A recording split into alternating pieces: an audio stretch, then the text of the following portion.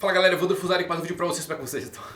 Tá bem, né? Tô vendo o olhinho brilhando aqui, já ansioso, dia mais aleatório da semana. Esse aqui é o dia que as coisas que vocês mandam aqui se tornam realidade. O dia que só espalhamos informações verdadeiras. Daqui não sai nada de errado. Tem especialista em One Piece aí? Tem mesmo. Eu duvido você saber o nome verdadeiro dos personagens da tripulação do Barba Negra. Não sabe, eu duvido. Conhece Masaru Deshoshi? Cloud Yoga, você conhece? E o Shusatsu Musatsu. Só fonte confiável usamos nesses vídeos. Então, ó, quer mandar sua pergunta? Vai aparecer aqui, ô Cloud Yoga. Só clicar no link e deixar a sua pergunta. Não seja um Masaru Deshoshi e participa do SV.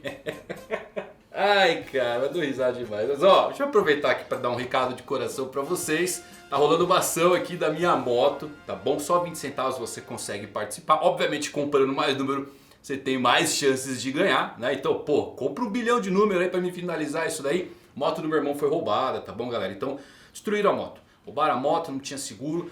Tô fazendo essa ação para passar a minha moto para um ganhador, para um sortudo aí. Depois a gente conquista outra.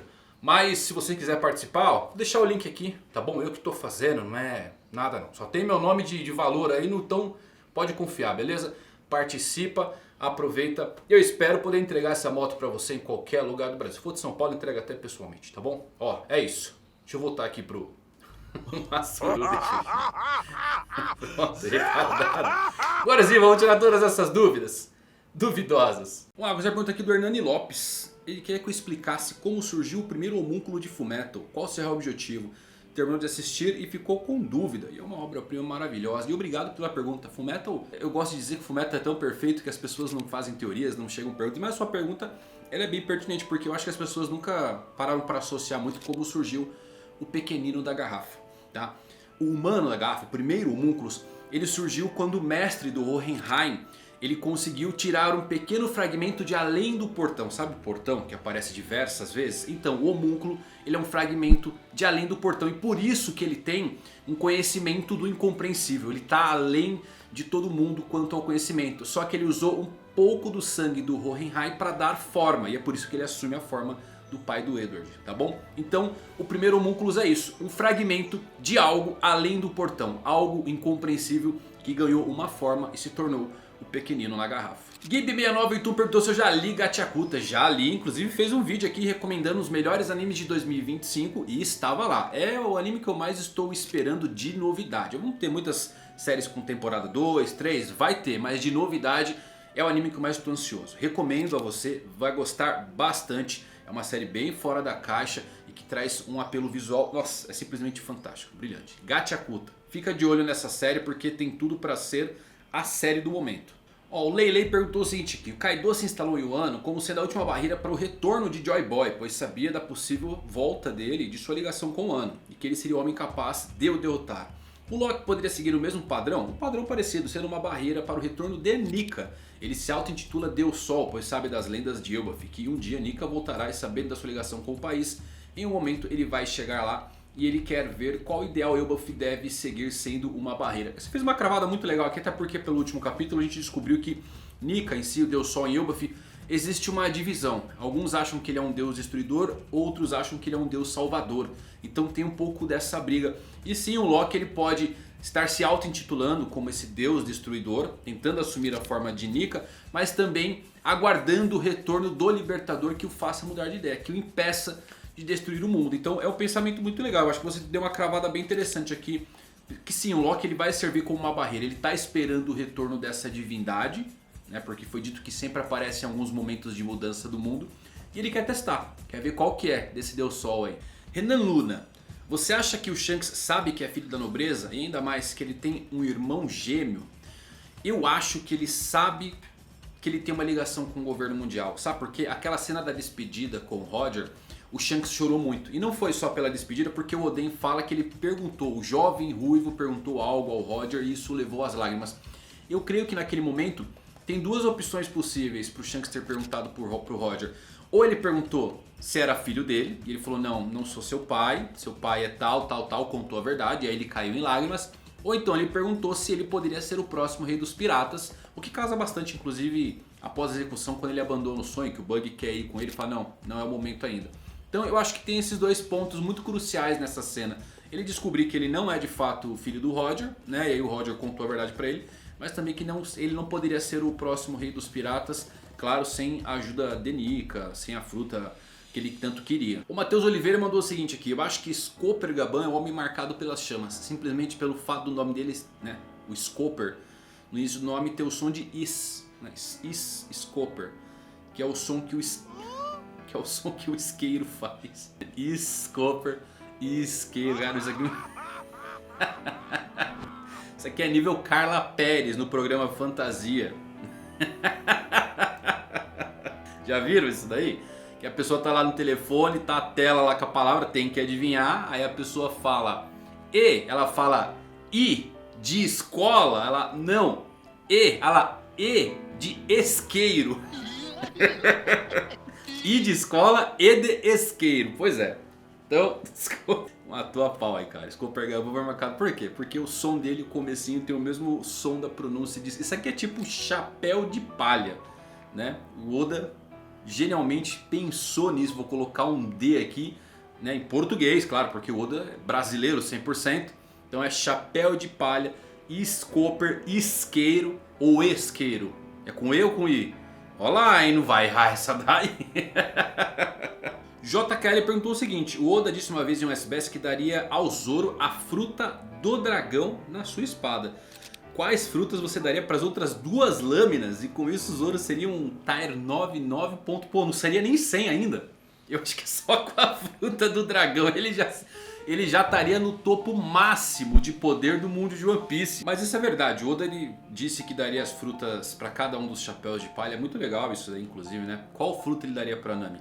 Goro, cara, imagina Nami com a fruta do Enel. Seria fantástico. Pro Sop ele daria a fruta do bolso, que ninguém lembra, né? Parece Marineford, o cara tem um monte de bolso, só pra ele poder tirar. É interessante, pro Sop seria bom, né? Porque ele poderia guardar várias coisas. Suas marretas, o Mjolnir, né? Que ele vai usar. E pro Zoro ele daria o quê? A fruta do Kaido numa espada. Imagina a espada do Zoro se tornando, né, um dragão. Como a gente segue para aquele lado de só conseguir colocar Zoans, se a gente for pra Paramécia aí complica. Por quê? Se pudesse mesclar Paramécia com um objeto, eu já colocaria logo a fruta da invisibilidade. Pô, aí é apelação, né? Fruta da invisibilidade em Ema, imagina? Uma do dragão, uma da invisibilidade e o que mais? Colocaria a fruta da gravidade. Nossa, cara. Quem peita o Zoro? Eu acho que só com a do dragão ele já passaria o trator em todo mundo. Não dá, cara. Mas imagina o Zoro com esses três. Qual você colocaria? Se fosse o Zoan eu colocaria o dragão mítico. Eu colocaria a Fênix, porque pode curar o Zoro, né? Olha que maravilha. Tem um ataque supremo do dragão. Tem a defesa perfeita, a cura perfeita da Fênix. E a outra eu colocaria a do diamante. Ó, defesa, cura e ataque. É um RPG total. Zoro não dá. Ele seria nível 100 total, seria o personagem. Só que a do dragão, qual você colocaria pro Zoro? Nas três espadas aí. Vixe Maria. Ó, o Dylan Spilar, ele está acompanhando One Piece há pouco tempo. E ele está em Dressrosa. Ele quer saber qual a minha teoria do que é o tesouro em Mary Joy citado pelo Doflamingo. Olha, o tesouro da terra sagrada de Mary Joyce, que falamos bem pouco, né? Vamos lá, o Doflamingo ele dá algumas dicas para nós sobre o que exatamente pode ser o tesouro. Primeiro, ele queria a fruta do Law. É ali que descobrimos que a fruta do Law é a fruta suprema. E ele não queria a fruta pela imortalidade, né? A cirurgia perene, ao qual convenhamos é o ápice, o apogeu do uso dessa fruta, você conceder a imortalidade a alguém. Ele diz que a habilidade mais marcante dessa fruta é a troca de personalidades. Aquele poder que vimos em Punk Hazard, onde você consegue trocar as personalidades das pessoas.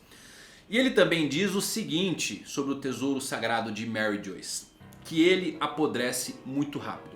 Quando Imu-sama desce na câmara congelada, vemos lá aquela fumacinha de gelo, dá indícios que algo está sendo preservado ali. Como apodrece rapidamente se despertar, pressupõe-se que seja um corpo. Na minha humilde opinião, o que tem ali? Qual é o tesouro sagrado de Mary Joyce? O corpo original de Nika. Pô, dei spoiler, você tá em Dressrosa, né? O SBS inteiro já deu spoiler, até o cara chegar na pergunta dele sendo respondida. Mas bem, eu creio que seja o corpo original de Nika, porque cada vez mais eu começo a acreditar que aquele chapéu de palha gigante pertenceu à divindade original que é adorada em Elbaf e não a Joy Boy. Joy Boy, tivemos a pequena... Dei spoiler de novo, né? Tivemos a pequena silhueta dele... Puta, como é que eu vou responder se não dá spoiler? Bom, Joy Boy apareceu com o Emmet, o robozão. Tudo bem que o tamanho é subjetivo. E ele parecia um humano de tamanho normal. Eu acho que o Joy Boy vai ser muito parecido com o Luffy, inclusive. Ah, mas o Emmet é gigantesco. Talvez o Joy Boy seja um gigante falando com ele ali. Dá essa impressão, inclusive, em Egghead, que os gigantes de Elbaf são pequenos e são mesmo próximo de Emmet. Só que... é preciso lembrar de uma citação muito importante do Vegapunk, que Joy Boy nasceu no Reino Antigo.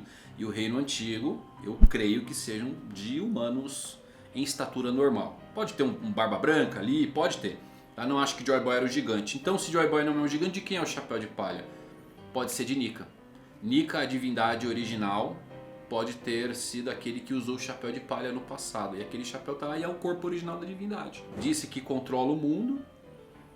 O Doflamingo queria pegar isso daí, queria fazer a troca de personalidade, pegar a fruta do Lau, tirar a personalidade do corpo dele e colocar naquele corpo que está lá congelado esperando para despertar. Eu acho que vai mais ou menos para esse caminho. Esse é o tesouro sagrado de Mary Joyce.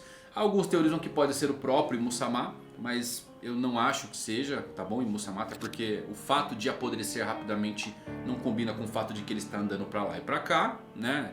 Inclusive vaporizando ilhas, atacando os outros. Eu acho que é o que está embaixo do Chapéu de Palha. O chapéu gigante, ele é apenas um túmulo, é um representativo de algo escondido lá. Kratos perguntou se eu já li Toriko, é o shonen favorito dele. Ele lembrou que existe uma capa de One Piece onde os chapéus de palhas vão para o espaço. Você acha que no final o Luffy pode sair para explorar outros planetas e também ilhas alienígenas? Cara, o final de Toriko é muito bom, né? Toriko eu recomendo você ler, se você não lê ainda, é um shonen de comida, é muito legal. Eles têm os Yonkous deles, mas a escala... Cara, eu acho maravilhoso. A escala das coisas nesse mangá é surreal. Você tem um mapa desenhado lá pelo autor que você fala, cara, como é que o cara desenhou esse mapa? Então o Toriko tem muito um conceito parecido com o que o continente escuro de Hunter x Hunter tentou trazer pra nós, sabe? De você ter ervas super raras, animais perigosíssimos. E a jornada do Toriko é ele fazer o menu perfeito da vida dele. Então ele quer uma entradinha, ele quer um prato principal, ele quer uma sobremesa, ele quer um suco. É muito louco, cara. E aí por isso tem que caçar frutas lendárias, animais super poderosos. Tem a entrada do novo mundo. E o final é muito marcante porque é ele indo para o espaço, descobrindo que existem milhares e milhares de planetas onde ele pode caçar também novos ingredientes, né? É muito legal o final de Toriko. E One Piece pode ter um final parecido. Eu até imaginava um final muito parecido, mas não fica muito igual. Será que o Oda pensou nisso e falou, caramba, estragaram o meu final aqui, o cara já meteu, colocou um final? Porque faz sentido, né? Se o mundo de One Piece hoje, ele está configurado, é a nossa teoria, né? Ele está configurado de uma maneira que no final ele vai mudar, as águas vão baixar e o Luffy vai ter rodado o mundo inteiro e talvez inclusive você tendo menos água, você tem menos aventura para um pirata. Faz muito sentido ele partir para o espaço em busca de outros planetas para continuar suas aventuras, para viver sua liberdade, né?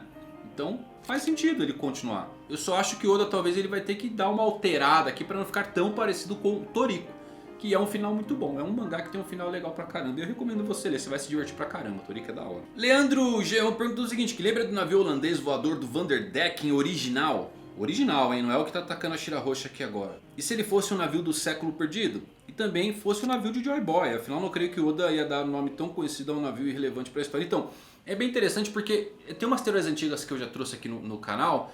Do nome original do Joy Boy ser algo relacionado a Dave Jones. A gente tem o Dave Backfight, né? Dave Backfight. É um jogo que surgiu na Ilha Pirata, em Hachinozu. Que pode acabar sendo um fragmento, sei lá, do Reino Antigo, onde o Joy Boy estabeleceu a sua base como o primeiro pirata. Mas é curioso esse nome. E aí quando você volta no Dave Backfight lá no arco, a Robin conta um pouquinho sobre a história do próprio Dave Jones, que era um pirata que foi amaldiçoado pelos mares. O Oda desenhou já o Dave Jones mesmo em um SBS, não parece nada com o Joy Boy, né? Mas é um SBS, talvez ele estava só brincando. Então você tem o baú do Dave Jones, onde você arremessa as moedas. No Dave Backfight você começa fazendo isso, você joga uma moeda para cada participante, né, para o baú do Dave Jones. E o holandês voador, que sempre esteve associado a essa figura. E no Vanderdecken, quando a gente volta, a gente sabe que esse navio está na família dele há séculos e que o antigo dono, o Vanderdecken original, ele foi amaldiçoado de alguma forma, assim como o seu navio. Então eu acredito que a gente vai ter uma explicação quando tiver o flashback do século perdido de Joy Boy e ver o que aconteceu com esse navio original, com o holandês voador original, que seria interessante se fosse o navio de Joy Boy. E faz sentido porque o Davy Jones em si acaba sendo uma figura muito importante para a pirataria de um modo geral. No mundo de One Piece soa muito interessante. Eu tenho uma teoria pessoal que é a seguinte: em Laugh Tale você vai ter o tesouro One Piece, perfeito? Algo que vai mudar o mundo, isso aí todo mundo concorda, vai alterar o mundo. Só que além do One Piece eu acho que a gente vai ter diversos tesouros. O Roger não conquistou riqueza, fama, poder, né? Então deve ter tesouros lá. Vários tesouros, ouro, joias, até pra Nami mesmo. O Oda falou que o One Piece ele vai valer a jornada de todos os tripulantes em si. Então tem que ser algo que todo mundo goste. Em Laugh Tale tem que ter um presente pra todo mundo. E qual que é a minha ideia principal? As moedas jogadas pro Dave Backfight, ou todos os tesouros que afundam no oceano, são levadas para Laugh Tale através das correntes marítimas. A gente viu diversas vezes o Oda colocando correntes marítimas para lá de Curiosas. Tem uma que se chama inclusive Corrente do Dragão. A gente vê ela na Ilha dos Homens Peixes, que conecta praticamente o mundo inteiro. Temos a corrente Tarai, que é aquela que faz circular no Triângulo de Florian, né? Então eu acho que todos os tesouros que afundam acabam sendo levados para Laugh Tale. Então lá vai ter todos os tesouros do mundo, né? Tudo em uma peça só. Seria fantástico e traria o conceito de Laugh Tale ser o baú de Davy Jones. Legal pra caramba, né? É isso, bastante perguntas respondidas. Espero que vocês tenham gostado, se divertido. Deixe sua perguntinha aqui, tá bom? E se gostou desse vídeo, faz o quê? Deixa um like também. Pergunta e um like, pergunta e um like. Até a próxima, valeu por assistirem. Fui!